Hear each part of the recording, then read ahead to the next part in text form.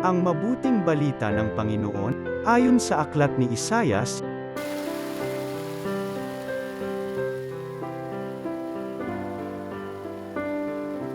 magmula sa bundok, o kay gandang masdan, ng zugang dumarating upang ipahayag ang magandang balita ng kapayapaan. Ipapahayag niya ang tagumpay, at sasabihin, Sayon, ang Diyos mo ay hari. Narito, sisigaw ang nagbabantay. Dahilan sa galak, sama-sama silang aawit.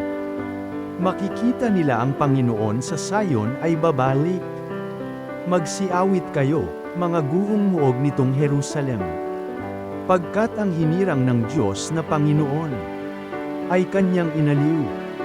Tinubos na niya itong Jerusalem. Sa lahat ng bansa, ang kamay ng puon na tanda ng lakas ay makikita ng mga nilalang at ang pagliligtas nitong ating Diyos tiyak na mahahayag ang mabuting balita ng Panginoon.